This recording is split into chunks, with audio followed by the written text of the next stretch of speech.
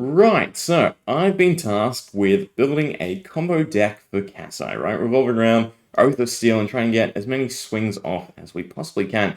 Now, I will admit, I'm a little sidetracked, right? The pursuit of setting up a combo deck has sort of turned into how many Rust tokens can we end up with at Talishar before it's destroys itself, right? So yeah, that's what we're doing today. I'm still going to end up building probably a Centauri Sabers combo, right? Since it synergizes with Kassai's innate ability and her specs, right? So if you've drawn a card this turn, your sword attacks cost one less to activate because there's basically that's the trifecta for Warrior, right? A way to generate action points, a way to generate additional hits through cards, like Twinning Blades, and then a way to have enough resources to swing. Now, Kassai, taking away cost from weapons, especially when every other sword aside from Talishar is a one cost, is beautiful. That's one of the three done, right? So then you just have cards that translate to additional hits and the go again mechanic, which is kind of where I'm a bit more excited for Fang. But nonetheless, we will look into that and we will probably do at least another video on Kassai, right? Maybe throw in another hero in between that. But today, no holds barred, whatever setup we possibly can do, right? All this on board currently is basically mimicking cash in, what cash in would serve in Kassai. Oh well.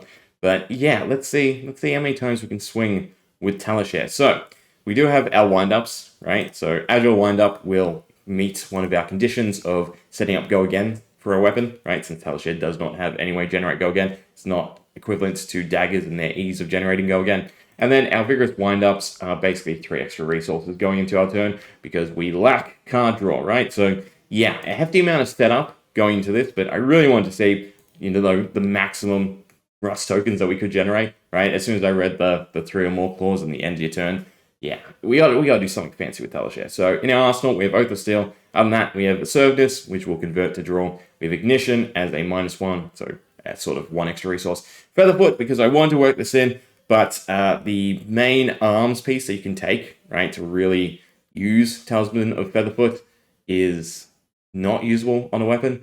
This card is one of the most poorly designed cards, I think, in the game, right? It is just targeting the wrong classes.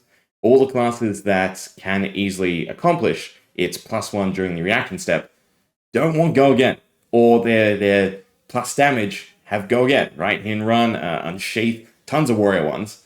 And then Ninja is Ninja. They don't really need the go again support. So as much as I like it, it is a prime example of why the amulets don't really function.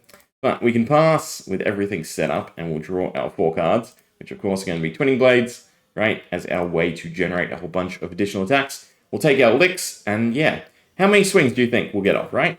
How many cards can you count that will lead to additional hits on a 2-handed weapon, right? So we're not using blood on our hands. Let's find out, right? So first step, we have to use Amulet of Ignition because it has that clause. Has to be the first thing you do on your turn. But nicely, since gold is an ability, right? Since it's on the card, it's on board. It does get the -1, right? So we can get 1 extra card. We can then crack our 3 energy potions and our 3 time snap, right? Because we don't really have to count the go again, since once we generate go again, we won't actually lose the action point from the time snap. But 8 resources for going into a 6 card turn. Fairly decent start, right? Courage of Bladehold, and then we've also drawn a card. That's primarily why we take the Crown of Dominion over, say, the Hood of Red Sands. Even though it's 1 extra resource to draw through the gold token, it allows us to activate Kassai's ability before we do anything. And then from there, we can only play 2 cards, because we also want to use the Amulet of Assertiveness, which has the hefty requirement of requiring a full hand. Why this wasn't 3 cards, I don't know. Again, it's just... Sorry, we're going on a tangent ranting about the amulets, but they sincerely thought that go again would be enough of a positive on all the amulets to make them usable items. But items are already too slow for any given meta. There's never been a meta for Fab where they're usable outside of Melody, right? But again, her deck's been gutted with the lack of draw for items to really shine. Like, even Mechanologists don't want them because they have Mechanologist items. Yeah, it should have been 3 or more cards. I'd love to do a video just going through all the amulets and shit-talking them, right? And mulling over what design changes would be nice. But nonetheless, we can do 2 Oath of Steel, so we can get some tokens generated on our Talishar. And then finally, we can swing. So Talishar is swinging for free, since we have Kassai's and the Courage of Bladehold. Its first swing is 6, since we got 2 tokens. we can pop our Amulets of Absurdness, all 3, right? And they'll target our Mischievous Meeps, converting the amulets into straight draw. And then from there, we can now feel free to activate our reactions since we don't have to maintain 4 cards. So we'll do a Twinning Blade to get an additional attack, right? Pass. And we don't need the Refraction Bolters since we had the Wind Up, right? So the Agility token. So no to that. And there we go. We now can start swinging and generating our tokens. We can play our 3 Mischievous Meeps to get us 3 more cards without breaking the chain. 1, 2, and 3, right? Then we can also do Kassai's ability, which will allow us to banish 2 cards, so an Oath of Steel, and 2 amulets. So our next swing, if it hits, and it should hit, right, because we're against a dummy, will generate a gold token, which we'll definitely have the resources to pop. We can play the last Oath of Steel, so now we can get maximum counters. And now it's just how many times can we swing? So we'll do a Dustpath Pilgrimage, right? Swing. We now need to go again, which is fine. That's why we have the Refraction Bolters. So pass, hits, we pop, we get our gold token, we get go again.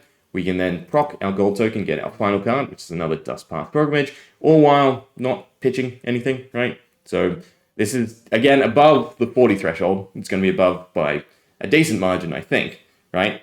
But yeah, I always like when it's nice and smooth, just play a whole bunch of cards without really feeding too much into it other than pre-turn setup.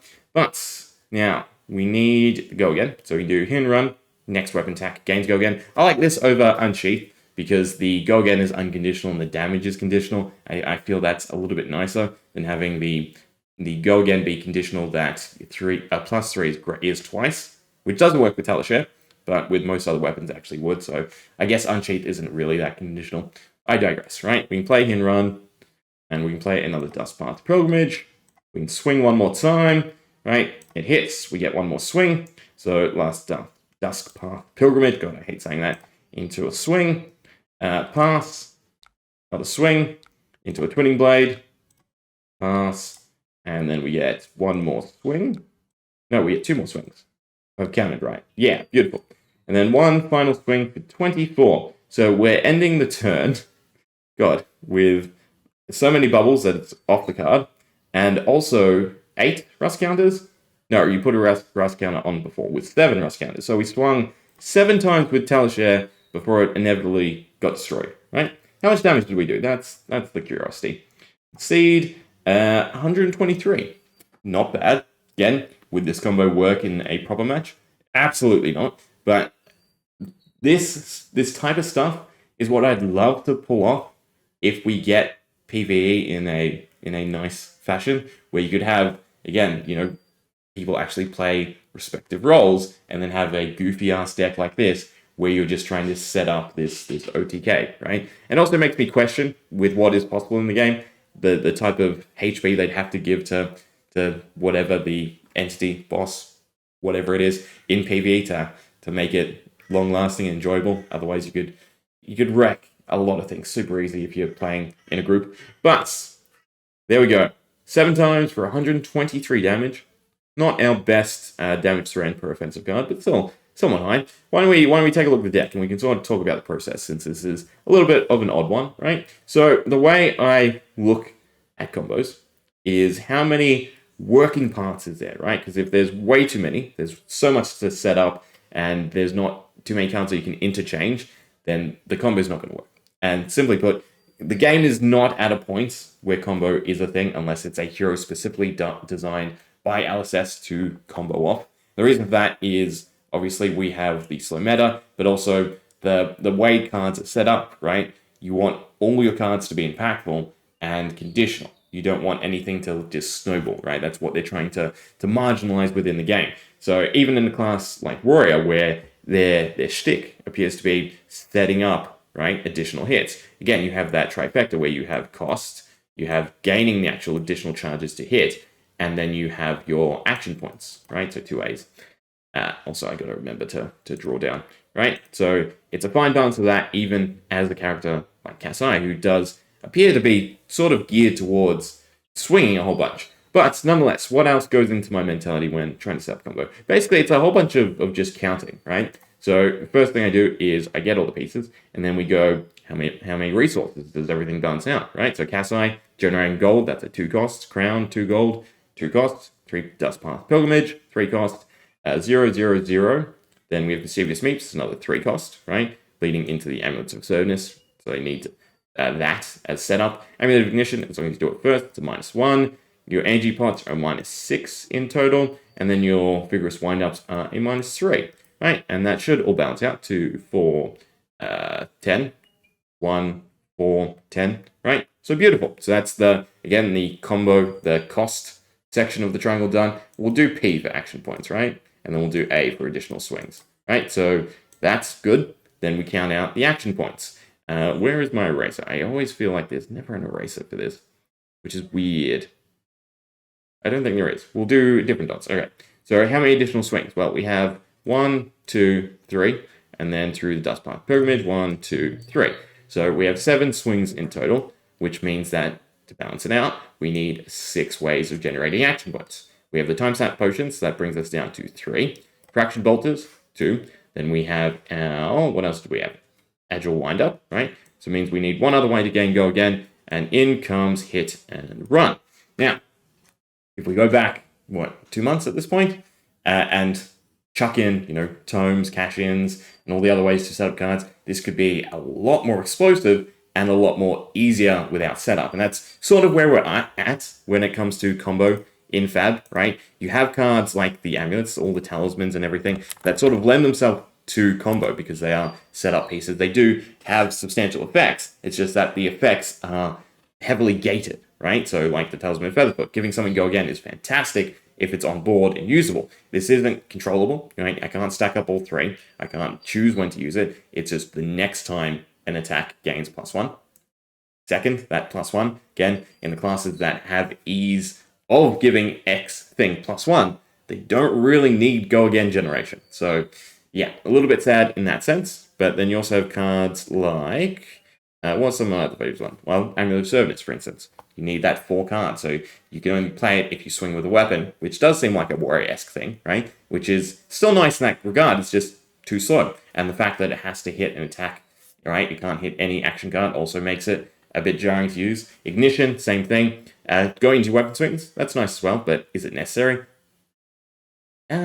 No, I don't think there's any desirability to front load 1 resource just to get a free swing in X turn, right? No, because a lot of the warrior cards split between action cards and pre-buffing your weapon and then reaction cards. So yeah, there's so many cards I would like to like, but they're not usable. And I don't think they ever will be usable, right? There's no tweaks in the world that would make them usable. And either we get that leap forward in power, which I hope we don't, because I like where Fab is at. It just needs a bit more variety. Again, the biggest thing that I wish they would redo is the choice to not do hero-specific pruning, right? Again, you had a whole set of heroes that built around gold generation, and it kind of seems like Cash-In isn't overpowered with them. It's just meant as part of their toolkit. Yet, because of the foul play of some, it has been removed. But I digress, right? A little bit of a tangent on our little experiment into how many Rust tokens we can build. I will look into Kassai properly with Centauri Sabers. Building a deck, not really my cup of tea. Again, there's no real points in trying to set up a combo deck unless you're just playing for fun, which is what I do. But in that sense, I might as well just show off the combo, show off the meat, right? You guys probably don't want the whole meal. But, I can brew you the combo, and then you can figure out what else to put in it. Yeah, that sounds reasonable. Anyway, hope you enjoyed. See ya.